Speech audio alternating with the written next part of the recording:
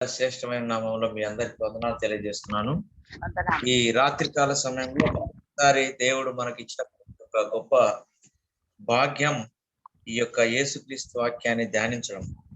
అందులో మనం ఎందుకు పనికిరానటువంటి మనల్ని దేవుడు ఏర్పాటు చేసుకొని ఆయన వాక్యాన్ని అందరూ ధ్యానించడానికి ఇస్తున్నటువంటి ఒక గొప్ప సువర్ణ అవకాశంగా మనం తెలుసుకొని ఆయనకు కృతజ్ఞతాస్తుతులు చెల్లించాలి. యేసుక్రీస్తు ప్రభువారు ఇస్తున్నటువంటి కృపా గడియలు, కృపా దినాలు. ఇక్కడ కూర్చోండి, ఇక్కడ కూర్చోండి, ఎదురుగొట్టు. క్రీస్తు యేసు ప్రభువు మనకిచ్చినటువంటి శ్రేష్టమైన సమయం బట్టి, గడియలను బట్టి, ఈ దినాన్ని బట్టి, 2021వ సంవత్సరాన్ని బట్టి యేసుక్రీస్తు ప్రభువారికి వేవేల స్తుతులు స్తోత్రాలు తెలియజేస్తుంటున్నాను. ఆయన నామానికి ఘనతను మహిమను ఆరోపిస్తూ ఈరోజు బైబిల్ యొక్క స్టడీ విషయానికి వద్దాం. అపోస్తులైనటువంటి పౌలు గలతీయులకు రాసినటువంటి పత్రిక 5వ అధ్యాయము 16వ వచనం నుండి 26వ వచనం వరకు ఈరోజు ధ్యానిద్దాము. 16వ వచనం నుండి ప్రియదర్శిని చదవమా. నేను చెప్పున్నదేమనగా ఆత్మానుసారంగా నడుచుకున్నది, అప్పుడు మీరు శరీరేచ్ఛలు నెరవేర్చరు. శరీరము ఆత్మకును, ఆత్మ శరీరమునకును విరోధంగా అపేక్షించును. ఇవి ఒకదానికొకటి వ్యతిరేకంగా ఉన్నది. కనుక మీరేమి నిశ్చయించుదురో వాటిని చేయకుందురు. మీరు ఆత్మచేత నడిపింపబడిన ఎడల ధర్మశాస్త్రములకు లోనైన వారు కారు. శరీర కార్యములు స్పష్టమైనవి. అవేవనగా జారత్వము, అపవిత్రత, కాముకత్వము, విగ్రహారాధన, అభిచారము, ద్వేషములు, కలహము, మత్సరములు, క్రోధములు, కక్షలు, భేదములు, విమతములు, అసూయలు, మత్తతలు, అల్లరితో కూడిన ఆటపాటలు మొదలైనవి. వీటిని గురించి నేను మునుపు చెప్పిన ప్రకారము ఇటు వాటిని చేయువారు దేవుని రాజ్యను స్వతంత్రించుకున్నారని మీతో స్పష్టంగా చెబుతున్నాను. అయితే ఆత్మఫలం ఏమనగా ప్రేమ, సంతోషము, సమాధానము, దీర్ఘశాంతము, దయాళుత్వము, మంచితనము, విశ్వాసము, సాత్వికము, ఆశానిగ్రహము. ఇట్టి వాటికి విరోధమైన నియమం ఏదియూ లేదు. క్రీస్తు యేసు సంబంధులు శరీరమును దాని ఇచ్చలతోనూ దురాశలతోనూ సిలువ వేసి ఉన్నారు. మరియు ఆత్మను ఇంకా 2 వచనాలే ఉన్నాయి జాషువా. మరియు ఆత్మను అనుసరించి క్రమముగా నడుచుకుంటాము. ఒకరికొకరము వివాదం నాకు రేపకయ్యు, ఒకరి ఎందుకరము అసూయపడకయ్యు, వృధాగా అతిశయపడకయ్యు ఉందాము.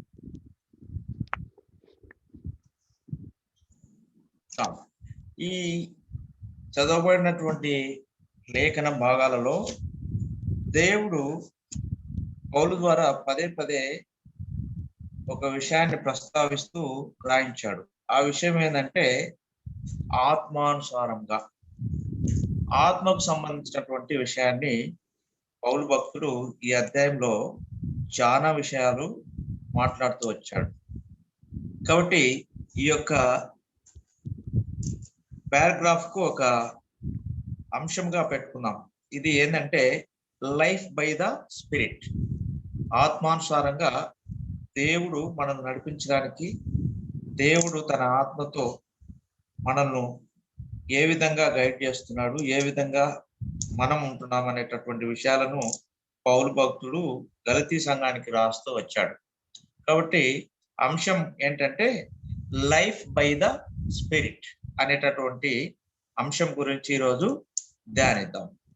16వ వచనంలో చదివిన దానిని బట్టి మనం చూస్తే ఆత్మానుసారంగా నడుచుకొనుడి, అప్పుడు మీరు శరీరేచ్ఛను నెరవేర్చరు. శరీరము ఆత్మకును, ఆత్మ శరీరమునకు విరోధంగా ఆపేక్షించును. ఇవి ఒకదానికొకటి వ్యతిరేకంగా ఉన్నాయి కనుక మీరేవి నిశ్చయించురో వాటిని చేయకుందురు. ఆత్మానుసారంగా నడుచుకొనుడి అని గలతీ సంఘానికి చెప్తా ఉన్నాడు పౌలు భక్తుడు. మన జీవితాల్లో కూడా మనం కూడా ఆత్మానుసారంగా నడుచుకోవాలి. ఆత్మానుసారంగా నడుచుకోవడం అంటే ఆయన కొన్ని విషయాలు కింద 22వ వచనంలో రాస్తూ వచ్చాడు. ఆత్మకు సంబంధించినటువంటి విషయాలలో కొన్ని శరీరానికి సంబంధించినటువంటి విషయాలలో ఏమేమి సమస్యలు ఉన్నాయి ఏంటి అనేటువంటి విషయాలు కూడా రాస్తూ వచ్చాడు. మనం ఫస్ట్ శరీరానుసారంగా ఉన్నటువంటి విషయాన్ని చూసి తర్వాత ఆత్మానుసార సంబంధమైనటువంటి విషయాన్ని కూడా చూద్దాం. ఇప్పుడు పౌలు భక్తుడు శరీరానికి సంబంధించినటువంటి విషయాలు చాలా రాశాడు ఆయన. అవి ఎక్కడ 19వ వచనం నుంచి స్టార్ట్ అయినాయి. మీరు ఆత్మచేత నడిపింపబడిన యెడల ధర్మశాస్త్రముకు లోనైన వారు కారు, శరీర కార్యములు స్పష్టమైనవి. ఆయన్నే శరీర కార్యముల గురించి చెప్తా ఉన్నాడు. ఏమేమి చెప్తా ఉన్నాడు చూడండి. జారత్వము, అపవిత్రత, కాముకత్వము, విగ్రహారాధన, అభిచారము, ద్వేషములు, కలహము, మత్సరములు, క్రోధములు, కక్షలు, భేదములు, విమతములు, అసూయలు, మత్తతలు, అల్లరితో కూడిన ఆటపాటలు మొదలైనవి. వీటిని గూర్చి నేను ముందు చెప్పిన ప్రకారము ఇట్టి వాటిని చేయువారు దేవుని రాజ్యమును స్వతంత్రించుకొనరని మీతో స్పష్టముగా చెప్పుచున్నాను. శరీరానికి సంబంధించినటువంటి విషయాలు. వీటిలో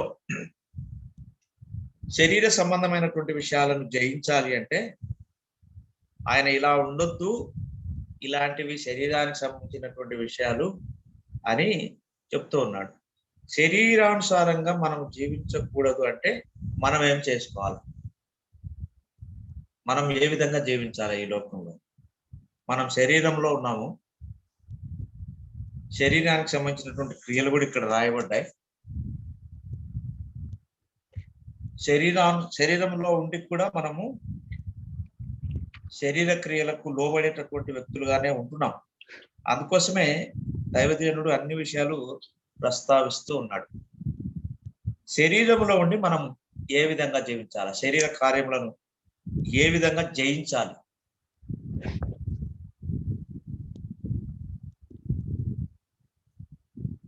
మనం జయించగలమా శరీరంలో ఉండి? ఆత్మానుసారంగా జయించిన వాళ్ళు ఉన్నారా? ధన్యవాదాలు. ఆత్మానుసారంగా జీవించడం అంటే ఏమి?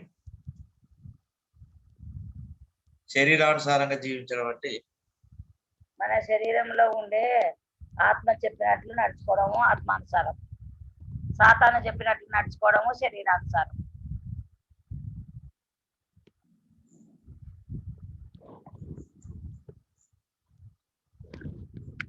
సాతాను చెప్తేనే నడుస్తున్నారా? సొంతంగా నడవడం లేదా?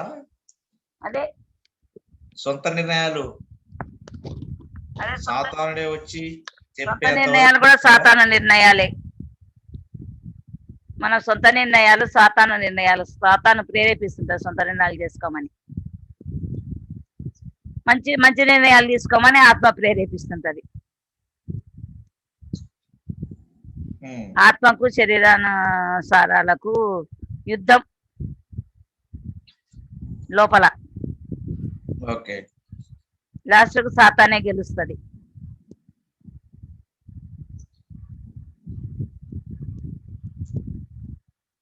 సాతాను శరీర సంబంధమైన కార్యంలో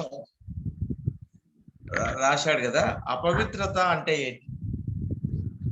పవిత్రత లేకపోవడం.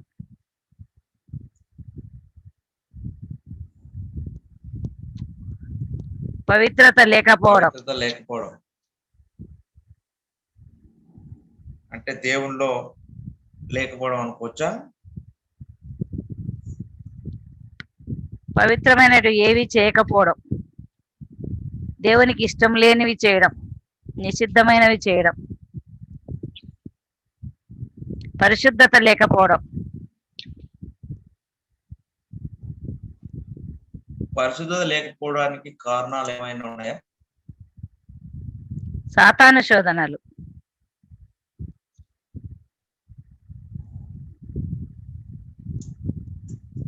సాతాను ఉన్నాయి లోకంలో. మనం చేసుకునేటటువంటి సొంత ఆలోచనలతో ఉండే శోధనలు ఉన్నాయి.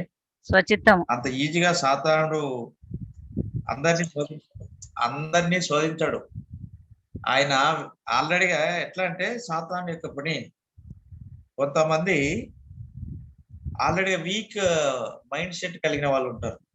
వాళ్ళ దగ్గరికి ఏం పోయి నీకు ఇవి చేయాలి అవి చేయాలి అనేటటువంటి విషయాన్ని ఆయన చెప్పడు. జస్ట్ ఇట్లా చూపిస్తాడు.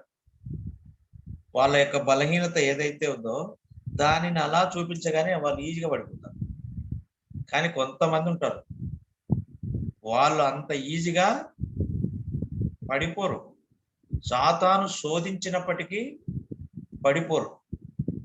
పడిపోతారా?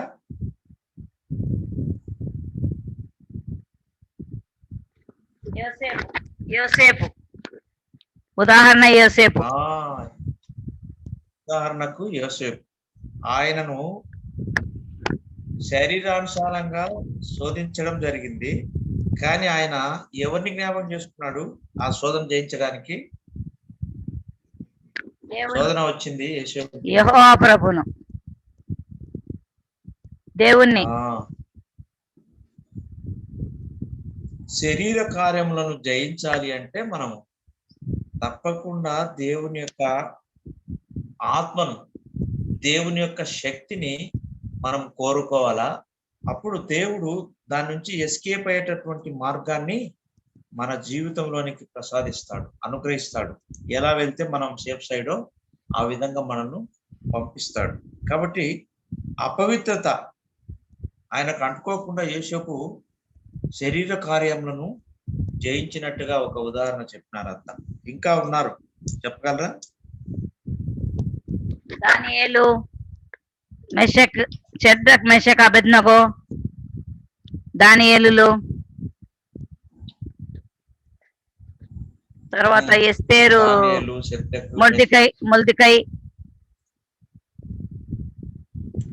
మొర్దెకై ఉన్నాడు, ఎస్తేర్ ఉంది,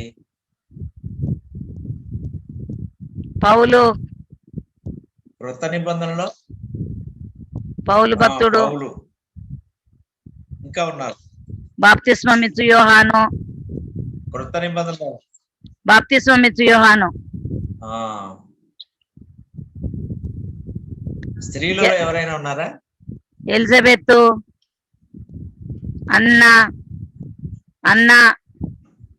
ఎలిజబెత్, మరియా ఉంది, మరియా, ఎలిజబెత్. వీళ్ళందరూ కూడా శరీర కార్యములను జయిస్తూ దేవునికి భయపడి లోబడి జీవిస్తున్నటువంటి వ్యక్తులుగా మనం చూస్తాం. కాబట్టి పౌలు భక్తుడు చాలా స్పష్టంగా మనుషులను పాపంలో నుంచి చాలా విషయాలు లాగేసుకొని పోతా ఉన్నాయి. కొన్ని దురాలోచనలు, అంటే సొంత ఆలోచన చేత వాళ్ళు పడిపోతున్నారు. కాబట్టి జాగ్రత్తగా మీరు జీవించాలా. అది ఎలా జీవించాలి అంటే ఆత్మానుసారంగా జీవించాలా. ఆత్మానుసారంగా జీవిస్తే గాన మనం శరీర సంబంధమైనటువంటి కోరికలను, లేకపోతే శరీర సంబంధమైనటువంటి వాటిని మనము ఈజీగా జయిస్తాం.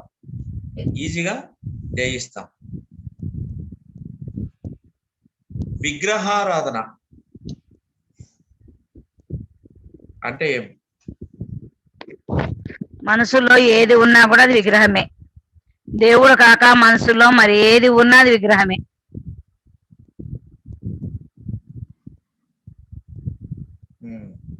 చెట్లకు, పుట్లకు, సృష్టిని ఆరాధించడము, చెట్లకు,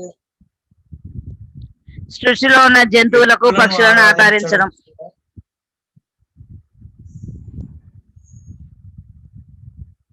మట్టితో చేయబడిన, బంగారంతో, వెండితో చేయబడిన, చెక్కతో చేయబడిన విగ్రహాలను ఆరాధించడము, మనసులో యేసు స్వామి తప్ప, దేవుడు తప్ప మరి ఏవి ఉన్నా విగ్రహాలే. ధనాశ, నేత్రాశ, జీవపుడంబము, ఇవన్నీ కూడా ఇందులో నుంచి వస్తున్నటువంటి విగ్రహారాధన. అంటే దేవునికి కాకుండా ఇంకా వేరే వాళ్ళకు, అంటే భర్తకు ఎక్కువ ప్రియారిటీ ఇచ్చిన దేవుని కంటే యేసుక్రీస్తు కంటే భర్తకు కానీ, భార్యకు కానీ, కొడుకులకు కానీ, డబ్బులకు కానీ, లేకపోతే ప్రాపర్టీస్ కానీ, ఈ లోకంలో విలువైనటువంటి వాటికి మనము ప్రియారిటీ ఇస్తే గాన అది విగ్రహారాధననే అయిపోతుంది. ఎందుకంటే యేసుక్రీస్తు ప్రభు ఏమంటారంటే, నాకంటే తన ప్రాణమును ఎవడైనా ప్రేమిస్తే వాడు నాకు పాత్రుడు కాదు అంటాడు. ప్రాణాన్ని సైతం దేవుని కోసం ప్రాణాత్మకంగా ఇచ్చేయాలి. ఎందుకంటే ఆయన ప్రాణాన్ని మన కోసం ఇచ్చాడు. ఎవరు తన ప్రాణాన్ని ఎక్కువగా ప్రేమిస్తారో, ఎవరు ఈలోక సంబంధమైనటువంటి విషయాల మీద ఎక్కువ దృష్టి ఉంచుతారో వారందరూ కూడా దేవునికి సంబంధించిన వారు కాదు, లోక సంబంధులు. మనం లోక సంబంధులమ్మా, పరలోకానికి సంబంధించిన వాళ్ళమ్మా? ఇప్పుడు పరలోకానికి సంబంధించిన వాళ్ళం.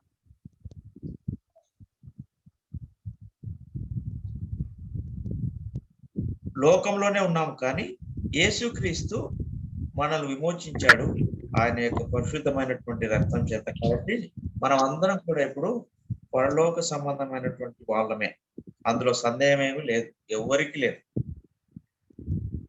100% అది షూర్, దేవుడిచ్చినటువంటి వాగ్దానం. ఇక్కడ జారత్వము, కాముకత్వము, అభిచారము, ద్వేషములు, కలహము, మత్సరములు, క్రోధములు, కక్షలు ఉన్నాయి. ఇవి శరీర సంబంధమైనటువంటి విషయాలలోనే ఉన్నటువంటిగా భక్తుడు రాస్తూ ఉన్నాడు. చాలా విషయాలు మనకు బాగా పరిచయమైనటువంటి విషయాలే, కానీ మనం అంత విశ్వాసంగానే ఉన్నట్టుగానే ఉంటాం, కానీ మనలో కొన్ని భేదాభిప్రాయాలు లేదా కొన్ని సమస్యలు మనకు తెలియకోకుండానే ఇతరులను ద్వేషించేటటువంటి వ్యక్తులుగా కూడా ఉండిపోతున్నాము. కాబట్టి అది కూడా శరీరానుసారమైనటువంటి విషయంలో ఉంది. దాన్ని కూడా మనం ఏం చేసుకోవాలంటే సరి చేసుకోవాలి. కక్షలు, కొట్లాటలు, ఆత్మానుసారమైనటువంటి వ్యక్తులు ఎలా ఉండాలి? గొడవలకు, కొట్లాటలకు, సమస్యలకు, జారత్వానికి, కామకత్వానికి, అభిచారానికి దూరంగా ఉండాలి. ఇంకొంతమంది ఎలా ఉంటారంటే మంచోళ్ళు లాగానే కనబడుతున్నాం, కానీ ఇతరుల యొక్క బలహీనతల గురించి మాట్లాడుకుంటున్నాం. ఇతరులకు బలహీనతలు ఉంటాయి. ఆ బలహీనతలు మనం మాట్లాడుకోవడం వల్ల వాళ్ళ యొక్క పరిస్థితి ఏ స్థితిలో ఉన్నప్పటికీ వాళ్ళను తక్కువగా చూసేటటువంటి వ్యక్తులుగా మనం కనబడతాం. శరీర సంబంధమైనటువంటి విషయాలలో మనము ఇతరుల గురించి గాసిప్, వాళ్ళిలా వీళ్ళిలా, శరీర సంబంధమైనటువంటి విషయాలలో మనం తెలియకోకుండానే మంచి వాళ్ళుగానే ఉన్నట్లు ఉండి ఇతరుల మీద మాట్లాడుకుంటున్నామంటే అది కూడా శరీర సంబంధమైనటువంటి బలహీనతనే అని మనం గుర్తించుకోవాలి. సాధ్యమైనంత వరకు మనం ఏం చేయాలంటే ఇతరుల మంచి గురించి మాట్లాడుకోవాలి. ఇతరులు ఏ మంచి చేశారు వాటిని మాట్లాడుకుంటే గాన మనం ఆత్మీయంగా భవిష్యత్తులో ఇప్పుడు ఎప్పుడు దేవునికి దగ్గరగా ఉంటాం. కాబట్టి నమ్మకమైనటువంటి ఆత్మానుసారమైనటువంటి జీవితాన్ని కలిగినటువంటి వ్యక్తులు ఈ శరీర సంబంధమైన కోరికలు ఉన్నప్పటికీ వాటిని ఆత్మ ద్వారా జయిస్తారు అంటాడు పౌలు భక్తుడు. ఆత్మ ద్వారా జయించాలంటే, ఆత్మ ద్వారా జయించడం లేదా ఆత్మ ద్వారా జీవించడం అంటే ఏంటి? ఎలా జయిస్తారు శరీర కోరికలను ఆత్మ ద్వారా? ఆత్మ నడిపింపు. దేవుడు ఆత్మ ద్వారా మంచి చెడు చెప్తుంటాడు, ఆత్మ చెప్పినది వినాల.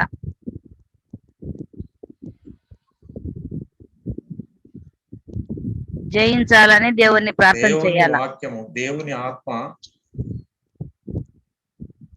వాక్యము ద్వారా ఎవరు జయించగలరు శరీర కోరికలను?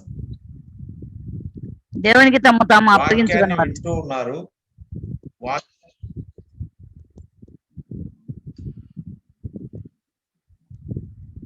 దేవునికి తాము అప్పగించుకున్నారు, కానీ దేవుడు ఇచ్చినటువంటి మార్గాన్ని కూడా కొన్నిసార్లు పెడచెవిన పెట్టి శరీర కోరికలను తీర్చుకున్నటువంటి వ్యక్తులు ఉన్నారు. వాక్యాన్ని వింటారు, అసలు వాళ్ళకు మించి మిగతా వాళ్ళు ఎవరు ఉండరు. అంత గొప్ప దైవజనులు కూడా ఉన్నారు. వాక్యము ధర్మశాస్త్రం తెలుసు, దావీదుకు తెలుసు. ఇంకొక ఆయన ఉన్నాడు, మహాభక్తుడు. అతను పుట్టినది మొదలుకొని నాజీరు చేయబడినటువంటి వ్యక్తి. ఎవరు చెప్పగలరా? సంసోను. సంసోను యేసుక్రీస్తులాగా ముందే అభిషేకం చేయబడ్డాడు. అంటే ఆయన యొక్క జన్మము, ఆయన యొక్క జీవితము ఇజ్రాయెల్ ప్రజలను రక్షించడానికి, ఇజ్రాయెల్ దేశాన్ని ప్రొటెక్ట్ చేయడం కోసం ఆయన జన్మించాడు. యాక్చువల్ గా that is the main purpose. ఆయన జీవితం, ఆయన పుట్టక, అది ఆయనకున్నటువంటి దేవుడిచ్చినటువంటి ఒక వరము, ఒక బాధ్యత అనుకోవచ్చు. మరి ఆయనకు అన్ని తెలుసు, వాక్యం తెలుసు, వాక్యంలో ఉన్నాడు, చాలా కాలం ఉన్నాడు. కానీ శరీర క్రియలలో వాక్యము తెలిసి కూడా తల్లిదండ్రులు ఏం చెప్పినారు? అటువైపు మాత్రం పోవద్దయ్యా, నువ్వు ఇటువైపు మాత్రమే ఉండాలంటే ఆయన ఏం చేసినాడు? నేను అటువైపే పోతా అయ్యా, మన దేశంలో మన వాళ్ళని పెళ్లి చేసుకోవాలంటే నేను అక్కడ చూసినాను ఒక అమ్మాయిని, ఆ అమ్మాయిని పెళ్లి చేసుకుంటాను అని చెప్పి తల్లిదండ్రుల మాటను పెడచెవిన పెట్టాడు. మొదటిగా దేవుని వాక్యాన్ని, దేవుని ఆత్మ యొక్క నడిపింపును విడచెవిన పెట్టినాడు, వదిలేసినాడు. దేవుని మాటలు వినడం మర్చిపోయాడు. దేవుని మాటలు వినపోతే దేవుడు మనతో మాట్లాడతాడా? ప్రభు మాట వినపోతే దేవుడు మనతో మాట్లాడతాడా? మాట్లాడాడు.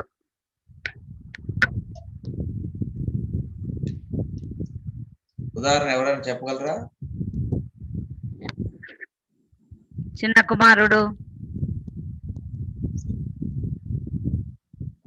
కుమారుడు దైవజనుడు అయినటువంటి ఒక వ్యక్తి ఉన్నాడు. సమూయేలు మందిరంలో ఉన్నప్పుడు దేవుడు సమూయేలుతో మాట్లాడుతూ వచ్చాడు. చూశారా? ఎవరు ఆ దైవజనుడు?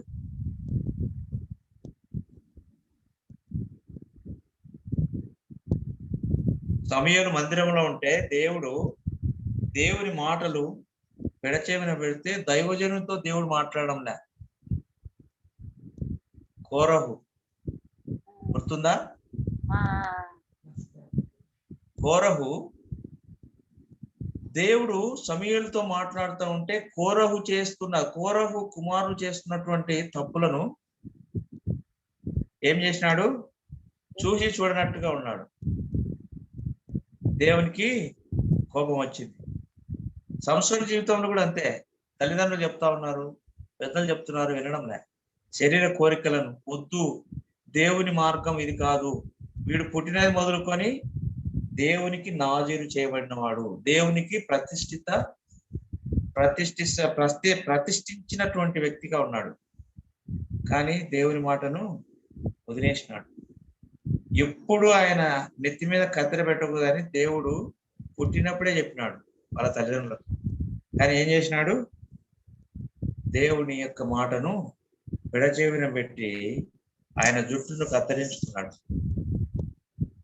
ఎప్పుడైతే జుట్టును కత్తిరించబడిందో దేవుని శక్తి ఆయన దగ్గర నుంచి వెళ్ళిపోయింది.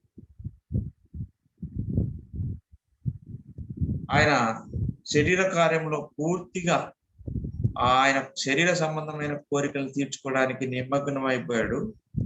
దేవుని ఆత్మ నడిపింపు లోబడడం లేదు. దేవుడు వదిలిపోయాడు. తీరా వ్యక్తులు వచ్చి ఆయన మీద దాడి చేస్తున్నారని చెప్పినప్పుడు ఆయన ఏం చేసినాడు? సంసోను మళ్ళీ తిరిగి తనుకొని తిరగబడాలని ప్రయత్నం చేశాడు. కానీ దేవుడు అప్పటికే వదిలేసిపోయాడు.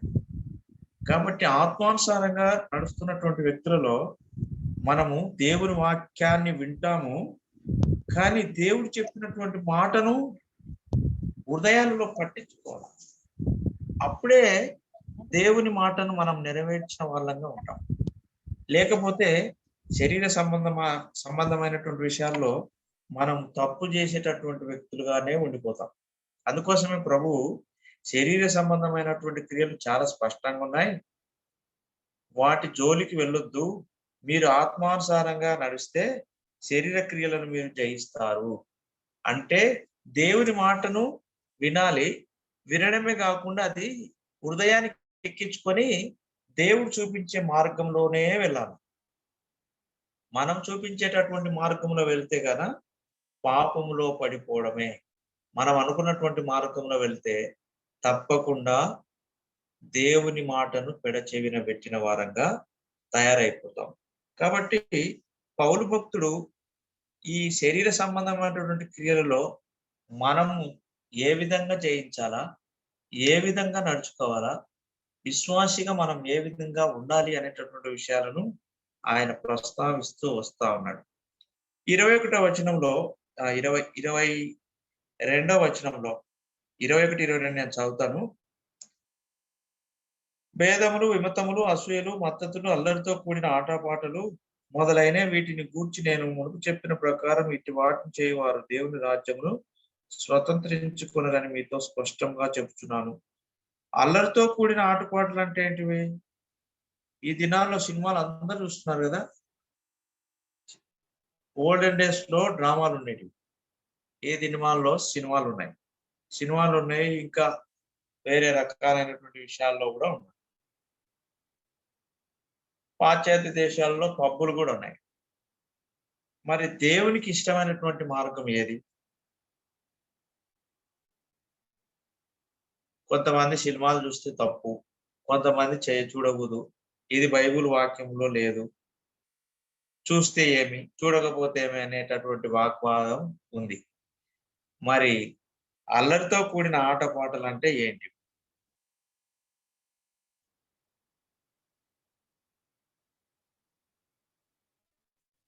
సినిమాల్లో కూడా కొన్ని దానిలో మంచి ఉన్నాయి, కొన్ని దానిలో చెడ్డలు ఉన్నాయి, కొన్ని దానిలో మోసం ఉంది, కొన్ని దాంట్లో ఘోరమైనటువంటి విషయాలు ఉన్నాయి.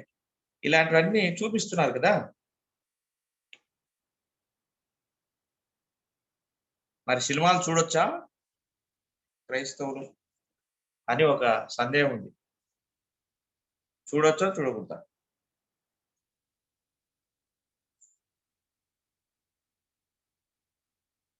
మీ ఆత్మీయ జీవితానికి పాడు చేసేటటువంటిది ఏదైనా సరే, ఇది పాడు చేస్తుంది నా జీవితానికి సినిమా, లేకపోతే ఒక వ్యసనం అని పరిశుద్ధాత్మ దేవుడు నీకు చెప్పినప్పుడు దాన్ని నువ్వు తుచా తప్పకుండా పాటిస్తే దాంట్లో ఆత్మీయంగా మేలు పొందుకుంటావు. టెంపరరీగా మనకు సంతోషం వస్తుంది, కానీ దాంట్లో పాపం ఉంది, దీని వలన ఆత్మీయ జీవితం చెడిపోతుందని పరిశుద్ధాత్మ దేవుడు నీకు హెచ్చరిస్తున్నప్పుడు సినిమాలైనా ఏవైనా కానీ వదిలేయాల్సిందే.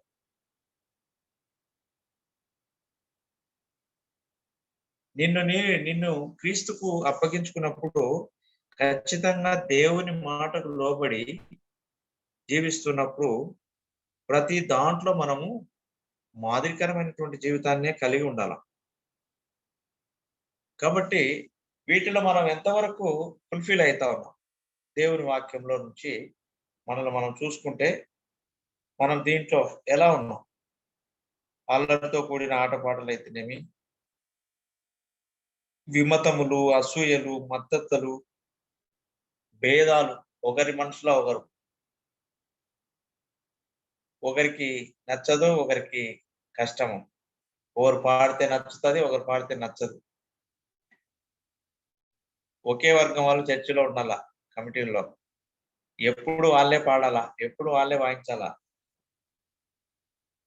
వాయించే వాళ్ళు లేరు కాబట్టి వాళ్ళు అలా వాయిస్తున్నారేమో, అట్లా అనుకోవచ్చు కదా. ఇలా రకరకాలైనటువంటి ఆలోచనలు ఉంటాయి. కాబట్టి దేవుని మాటలు మనకు హాని జరుగుతుంది దీనివల్ల అంటే దాన్ని వదిలిపెట్టడం అంతే. సినిమా అయినా సరే, ఇంకొకటైనా సరే, సారాయి శరీర సంబంధమైన విషయాల్లో, పబ్బులలో పోయి డ్యాన్స్ చేసేటోళ్ళు కొంతమంది పాశ్చాత్య దేశాల్లో. ఇవన్నీ మీ ఆత్మ జీవితానికి నష్టం కలిగిస్తుందంటే ఎందుకు దేవుని ఆత్మను దుఃఖపెట్టాలి? ఇది వద్దు, ఇది మంచిది కాదని దేవుడు చెప్పినప్పుడు దాన్ని తృణప్రాయంగా వదిలిపెట్టాలి అంతే. యేషోబు వదిలిపెట్టాడు కదా, వదిలిపెట్టేసి. కాబట్టి శరీరానుసారమైనటువంటి విషయాల్లో మనం దైవజనులుగా దైవజనురాలుగా మనం ఉన్నాం ఇప్పుడు. అందరము దేవుని నమ్మినటువంటి దైవజనులే మొత్తం. అందరికీ ఒకే మనసు లేదు. ఒకరికి డిఫరెంట్ ఆలోచనలు ఉన్నాయి. కానీ దేవుని ఆత్మ ప్రతి ఒక్కరిని సముదాయించి, బాబు ఇది సర్దుకోవాలి, ఇది తప్పు, ఇది రైట్ అని సరిచేస్తోంది. ఏం చేస్తా ఉంది? నడిపిస్తోంది. కాబట్టి శరీర సంబంధమైనటువంటి విషయాల్లో మనము దేవునికి లెక్క చెప్పాలా. ఏం చేసినా గాని. మాట్లాడినా, తప్పు చేసినా ఇవన్నీ కొంచెం తీర్పు సమయంలో ఇవన్నీ మళ్ళీ కౌంటింగ్‌కొస్తాయని మనకు రోజు ఎవరైనా చెప్తుంటే కొంచెం బావుంటది. లేదనుకో, అయ్యో! మనం ఏమేం చేసినా గాని ఎవరు చూడడం లేదంటే, ఆయన ఇన్విజిబుల్‌గా మన మధ్య ఉన్నాడు. ఈ మాటలు కూడా వింటున్నాడు. నన్ను, మిమ్మల్ని అందరిని చూస్తా ఉన్నాడు. వినబడుతుందా నా మాటలు? కట్ అయిపోయినామా? వినిపిస్తున్నాయి, ఓకే. వినిపిస్తున్నాయి. వినిపిస్తున్నాయి. వినిపిస్తున్నాయమ్మా. కాబట్టి దేవుని మాట మనము ఖచ్చితంగా ఫాలో అవ్వాల్సిందే. కష్టమైన ఫాలో అవ్వాల్సిందే. ఇష్టం లేకపోయినా గాని దేవుని మాటను ఫాలో అవ్వాలా. శరీర సంబంధమైన క్రియలను వదిలిపెట్టాలి కంప్లీట్‌గా. అది పౌలు యొక్క ఉద్దేశం. మరి ఆత్మానుసారంగా నడిస్తే ఎలా ఉంటుందని ఆయన కొన్ని విషయాలు చెప్తూ వచ్చాడు 22లో. చూడండి, దేవుని రాజ్యమును స్వతంత్రించుకోవాలని మీతో స్పష్టంగా చెప్తున్నాను. అంటే శరీర సంబంధమైన క్రియలు నెరవేర్చుకునే వాళ్ళ విషయంలో. అయితే ఆత్మానుసారంగా నడుచుకునే వాళ్ళు కొంతమంది ఉన్నారు. ఆత్మానుసారంగా నడుచుకునే వాళ్ళు కొంతమంది ఉన్నారు. వారిలో ఎలాంటి లక్షణాలు ఉన్నాయంటే, ఆత్మఫలం ఏమనగా ప్రేమ, సంతోషము, సమాధానము, దీర్ఘశాంతము, దయాళుత్వము, మంచితనము, విశ్వాసము, సాత్వికము, ఆశా నిగ్రహము. ఇట్టి వాటికి విరోధమైన నియమం ఏదీ లేదు. క్రీస్తు యేసు సంబంధులు శరీరమును దాని ఇచ్చలతోనూ దురాశలతోనూ సిలువ వేసి ఉన్నారు. శరీర కోరికలను క్రీస్తు నమ్మినటువంటి వాళ్ళంతా ఏం చేశారు? శరీరంతో ఆ యేసుక్రీస్తు కలవరి శిలువలో ఏం చేశాడు? మరణించాడు. మన కోరికలను, శరీర సంబంధమైన కోరికలను, దురాశలను ఆ యొక్క శిలువలో ఏం చేశాము?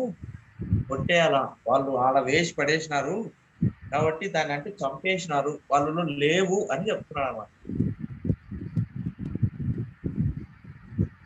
మీకు ఒక చిన్న వృత్తాంతాన్ని చెప్తాను. నా దగ్గర పనిచేసే ఒక వ్యక్తి లైన్ మ్యాన్ ఉన్నాడు. అతను హిందూ. అతనికి గవర్నమెంట్ ఉద్యోగాలు నోటిఫికేషన్ పడినాయి. నోటిఫికేషన్ పడితే ఐటీ సర్టిఫికేట్ ఎక్కడో ఫేక్ సర్టిఫికేట్ తెచ్చుకొని అతను చాలా స్కిల్డ్ వర్కర్, చాలా మంచి వ్యక్తి, చాలా సిన్సియర్గా పనిచేసేటటువంటి వ్యక్తి. కానీ ఐటీ మాత్రం ఫేక్ సర్టిఫికేట్ తెచ్చుకున్నాడు. ఏది గవర్నమెంట్ ఉద్యోగాలు పడినప్పుడు, రెగ్యులర్ ఉద్యోగాలు పడినప్పుడు. అతను తెచ్చుకున్న తర్వాత అప్లై చేశాడు. ఇంటర్వ్యూ జరిగింది. ఇంటర్వ్యూలో ఫస్ట్లో సెలెక్ట్ అయ్యాడు. సెలెక్ట్ అయిన తర్వాత ఉద్యోగం 1 year అయింది, 2 years అవుతా ఉంది. ఇక గవర్నమెంట్ ఉద్యోగం కదా, జీతం బాగానే వస్తుంది. వచ్చిన జీతం రోజు ఇంకా ఎక్స్ట్రానే సంపాదిస్తున్నాడు. దాంతో కొన్ని శరీర సంబంధమైనటువంటి అవసరాలకు, అంటే తాగుడుకు బానిస అయిపోయాడు. ఓ రోజు రాత్రి తాగి వేరే ఊరు నుంచి వస్తూ తనతో తానే ఒక రాయి ఉంటే దానికి తగిలించుకొని దగ్గర ఒక 10 feet హైట్తో పైకి లేచి కింద పడ్డాడు. ఈ నడుమంతా కూడా ప్యారలైజ్ అయిపోయింది, పని చేయదు. ఇతను అంతా డాక్టర్లు అందరు చూసినారు, జరిగింది. ఇప్పుడు కోమాలో ఉన్నాడు, మతి చింతం లేదు. డాక్టర్లు చూసినారు. ఈ టైంలో ఎంక్వైరీ చేసినారు గవర్నమెంట్. దానికంటే ముందుగా ఎంక్వైరీ రెగ్యులర్ చేయడానికి ముందు వీళ్ళ ఈ సర్టిఫికేట్స్, 10th class అవన్నీ ఉన్నాయా లేదని ఎంక్వైరీ చేసి పోలీస్ ఎంక్వైరీ చేస్తే సర్టిఫికేట్స్ ఫేక్, ఇతను కోమాలో ఉన్నాడు, అతని ఉద్యోగం పోయింది. బాగుంది, అతను తీసేసినారు పర్మనెంట్ గా. అతనికి ఉద్యోగం పోయింది అనే విషయం వాళ్ళ తల్లిదండ్రులకు తెలియదు, అతనికి తెలియదు. అతను ఆల్రెడీ కోమాలో. ఇక ఈ విషయంలో దేవుడు అతనికి చాలా సహాయం చేశాడు. చాలా మంది హెల్ప్ చేశారు. హాస్పిటల్‌లో కొన్ని రోజుల తర్వాత అతను స్పృహలోకి వచ్చాడు. స్పృహలోకి వచ్చినాక మెల్లగా ఇతనికి నీ ఉద్యోగం పోయింది, తీసేసినారు. నీ సర్టిఫికేట్స్ అయిన తర్వాత ఈ పిల్లవానికి పూర్తిగా నడుములు అన్నీ ప్యారలైజ్ అయిపోయి ఇంక ఏమి కదలలేడు, మెదలలేడు. ఎవరో ఒకరు బాత్రూమ్ గాని, ఏదైనా గాని తీసుకొని వెళ్ళాలి. ఇప్పుడు భార్య ఉంది. ఆ అమ్మాయి ఏం చేసిందంటే వదిలేసిపోయింది.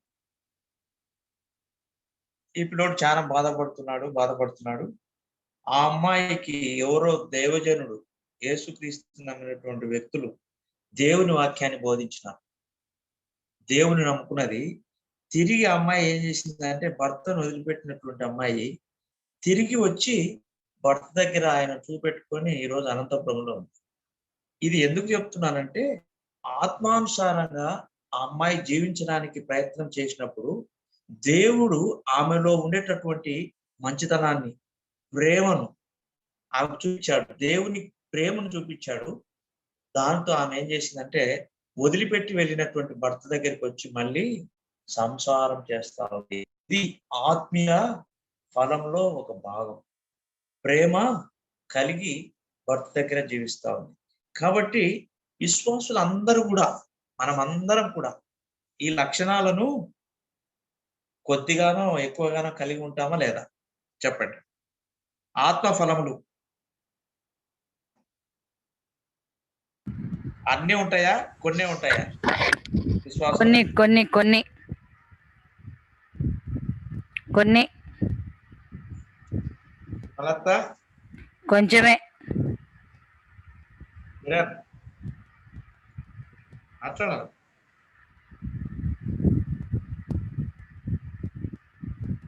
ఇద్దరు అక్కలు అన్ని విషయాలు అందరికి ఈ ఆత్మ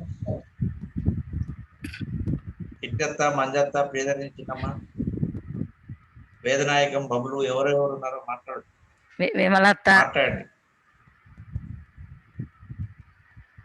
ఈ ఆత్మ ఫలాలు అందరికీ అన్ని ఉంటాయా, కొన్నే ఉంటాయా? కొన్నే ఉంటాయి.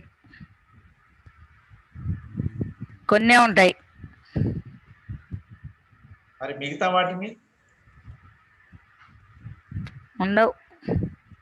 సాధించుకోవడానికి ప్రయత్నం చేయాల. దేవుని నమ్మినటువంటి మనము కొంతమందికి ప్రేమ ఉంటుంది. చూడండి, ఇందాక ఆ అమ్మాయి భర్తను వదిలిపెట్టిపోయింది. మళ్ళీ దేవుని వాక్యాన్ని నమ్మిన తర్వాత, ఆత్మీయ జీవితంలోకి వచ్చిన తర్వాత మళ్ళీ నాకు దేవుడు మాట్లాడినాడని చెప్పేసి తిరిగి భర్త దగ్గరికి వచ్చి తన భర్తతో కలిసి జీవిస్తా ఉంది. అది ప్రేమ. ఆత్మఫలంలో మొదటి ఇది సంతోషం. కొంతమంది సమాధానంగా ఉంటారు, కొంతమంది దీర్ఘశాంతంతో ఉంటారు, కొంతమంది కయ్యం లేస్తారు. విశ్వాసులు ముక్కోపులుగా ఉంటారు, ముక్కు మీదనే ఉంటుంది కోపం. కొంతమంది దయాలత్వంతో ఉంటారు. అన్ని లక్షణాలు అందరిలో ఉండకపోవచ్చు, కానీ మనము ఏం చేయాలంటే అన్నిటినీ సొంతం చేసుకోవడానికి ప్రయత్నం చేయాలి. దీర్ఘశాంతంతో యేసుక్రీస్తు మనము అన్ని లక్షణాలు లేకపోయినా కానీ కొన్ని లక్షణాలు అయితే కంపల్సరీ ఉంటాయి. యువతతో చెప్పినట్టు మిగతా వాటిని విశ్వాస విషయంలో బలంగా ఉంటారు కొంతమంది బలహీనంగా ఉంటారు. దాన్ని మనం వాక్యాన్ని వినడం ద్వారా, ప్రార్థన చేయడం ద్వారా, సంఘంలో ఉండడం ద్వారా, ప్రార్థన చేసుకోవడం ద్వారా మనం ఏం కావచ్చు? విశ్వాసంలో బలవంతులుగా కావచ్చు. ఆశా నిగ్రహం, వీటన్నిటినీ మన జీవితంలోనికి తెచ్చుకోవడానికి మనం ఏం చేయాలంటే ఉన్న వాటిని బట్టి దేవునికి కృతజ్ఞతాస్తుతులు తెలుపుతాం. మనలో ఏదైతే ఆత్మఫలం లేదో, దీర్ఘశాంతం లేదనుకున్నాం, దాన్ని మనం ఏం చేయాలా? నాకు దీర్ఘశాంతం ప్రసాదించండి ప్రభావ, నాలో కోపం శాంతం లేదు, ఉరికిన కోపడతాను, లేకపోతే మంచితనం లేదు, కొంచెమే ఉంది మంచితనం, కొద్దిగానే మంచితనం, పూర్తిగా యేసుక్రీస్తులాగా ఆలోచన చేయడం లేదు.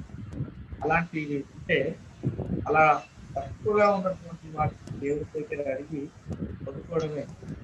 మనకి ఏదైతే బలహీనతనో వాటిని దేవుడి సన్నిధిలో పెట్టినప్పుడు మన బలహీనతలు, మన అవసరతలు, మనకు కావాల్సిన కాదు ఖచ్చితంగా మనకు దేవుడు అనుగ్రహిస్తూ ఉన్నాడు. కాబట్టి మనం శరీరానుసారమైనటువంటి విషయంలో దేవునికి అప్పగించుకున్నటువంటి వారమైతే శరీర సంబంధంలో ఉన్నప్పటికీ కూడా వాటిని జయిస్తామని పౌరు భక్తుడు చెప్తా ఉన్నాడు. అదే పౌరు భక్తుడు ఆత్మానుసారంగా జీవించే వాళ్ళ జీవితాల్లో ఈ లక్షణాలు ఉంటాయి. ఆత్మ ఫలాలు ఇవన్నీ వాటిలో కనబడుతూ ఉంటాయి. ప్రేమ ఉంటుంది, సంతోషం ఉంటుంది, సమాధానం ఉంటుంది, దయాలుత్వం, విశ్వాసం, ఆశా నిగ్రహం. ఇట్టి వాటికి విరోధమైన నియమం ఏది లేదు. క్రీస్తు సంబంధులు శరీరం ఎవరైతే సిలువ వేసుకుంటారో ఈ శరీరాన్ని వారిలో ఈ లక్షణాలు కనబడతాం. ఎవరైతే యేసుక్రీస్తు పరంపరైపోయి యేసుక్రీస్తు యొక్క ఆత్మ ద్వారా నడిపించబడుతూ ఉంటారో వారు ఖచ్చితంగా ఈ లక్షణాలను కలిగి ఉంటారు. గ్యారెంటీ అందులో సందేహం లేదని దైవజనుడు మనతో చెప్తారు. కాబట్టి మనం ఆత్మానుసారంగా జీవించాలమైతే ఆత్మ ఏ విధంగా అయితే చెప్తుందో దాని ప్రకారం జీవిస్తాం. శరీరానుసారంగా జీవిస్తే దానివల్ల మనకేమవుతుంది? మరణమే. శరీరానుసారమైనటువంటి జీవితం, ఆత్మానుసారమైన జీవితము మనకు జీవించేటటువంటి కృప మనకు అనుగ్రహించాలి. కాబట్టి మనము శరీరానుసారమైన విషయాలలో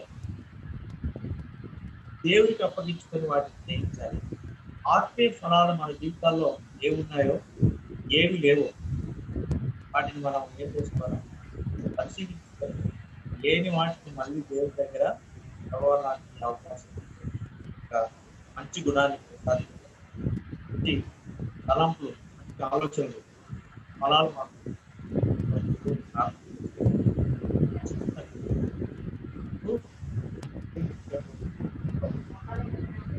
పౌలు రోమిలకు రాస్తాడు. కొన్ని విషయాలు ఆత్మకు సంబంధించిన విషయాలే రాస్తాడు. ఒకసారి చూద్దాం, కొన్ని విషయాలు చూద్దాం, ఎక్కువ చూడము. రోమన్ చాప్టర్ 8వ అధ్యాయము 2వ వచనం చదువు దీప్తి. రోమా 8వ అధ్యాయం 2వ వచనం. గట్టిగా చదవండి. నియమము పాప మరణముల నియమము నుండి విడిపించెను. ఎట్లనగా ధర్మశాస్త్రము చేయజాలకపోయెను, దానిని దేవుడు చేసెను.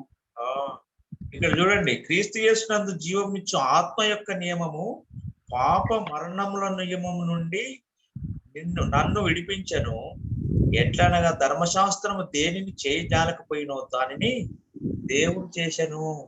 యేసుక్రీస్తు ప్రభువారు ధర్మశాస్త్రము నెరవేర్పుగాను ధర్మశాస్త్రాన్ని నెరవేర్చినటువంటి వ్యక్తిగా ఉన్నాడు. కాబట్టి మనము ఆత్మ యొక్క నిబంధనలో నుంచి మనం జీవిస్తా ఉన్నాం. మనల్ని దేని నుంచి విడిపిస్తా ఉంది? ఆత్మ పాపం నుండి మరణము యొక్క నియమంలో నుండి విడిపించింది, ధర్మశాస్త్రం నుంచి కూడా విడిపించింది. కాబట్టి మనం ఆత్మానుసారంగా నడచాలి అని దైవజనుడైనటువంటి పౌలు మనతో మాట్లాడుతున్నాడు. అదే అధ్యాయంలో రోమిలకు రాసిన పత్రిక 8వ అధ్యాయం వచనంలో ఇంకో మాట అంటాడు. ఆయన ఏమంటాడంటే, శరీరానుసారులు శరీర విషయముల మీద మనస్సు ఉంటురు, ఆత్మానుసారులు ఆత్మీయ విషయముల మీద మనస్సు ఉంటురు. శరీరానుసారమైన మనస్సు మరణము, ఆత్మానుసారమైన మనస్సు జీవమును సమాధానమునై ఉంది. శరీరానుసారులు శరీరం మీదను, ఆత్మానుసారులు ఆత్మ విషయముల మీద, అంటే ఈలోక సంబంధమైనటువంటి విషయాల మీద ఎక్కువ కాన్సన్ట్రేషన్ చేస్తారు. ఆత్మానుసారులు పరలోక సంబంధమైనటువంటి విషయంలో ఎక్కువ కాన్సన్ట్రేషన్ చేస్తారు. కాబట్టి శరీరానుసారమైనటువంటి మనస్సు మరణము, ఆత్మానుసారమైనటువంటి మనసేమో జీవమును సమాధానం ఉన్నది. యేసుక్రీస్తు మనలో ఉంటే సమాధానం, సంతోషము, నెమ్మది ఇవన్నీ ఉంటాయి. ఈ అధ్యాయం అంతటిలో పౌలు భక్తుడు ఆత్మ గురించి ఆత్మ గురించి ఆత్మ ఆత్మ ఆత్మ పరిశుద్ధాత్మ దేవుడు మనకు ఏమిస్తాడు, ఏం చేస్తాడు, ఎలా ఉంటాడు, అన్ని విషయాలు మాట్లాడతాడు. మీరు ఫ్రీగా ఉన్నప్పుడు చదవండి. 8వ అధ్యాయంలో చాలా విషయాలు ఆత్మానుసారమైనటువంటి సంబంధమైనటువంటి విషయాలను ఆయన డిస్కస్ చేసి ఆ సంఘానికి, రోమా సంఘానికి చెప్తూ వస్తాడు. కాబట్టి మనము ఆత్మీయులంగా ఉన్నాము, ఆత్మ సంబంధమైనటువంటి విషయంలో ఉన్నాము, యేసుక్రీస్తు నమ్మున్నాము.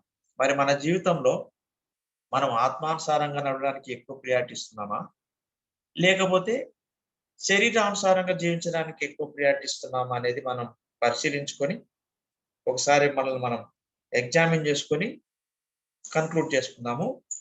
కొన్ని నిమిషాలు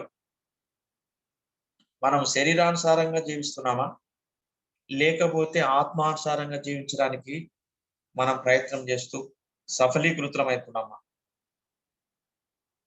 ప్రాక్టికల్ అప్లికేషన్ మనం దేనికి ప్రియారిటీ ఇస్తా ఉన్నాం మన జీవితంలో? శరీరమా, ఆత్మనా?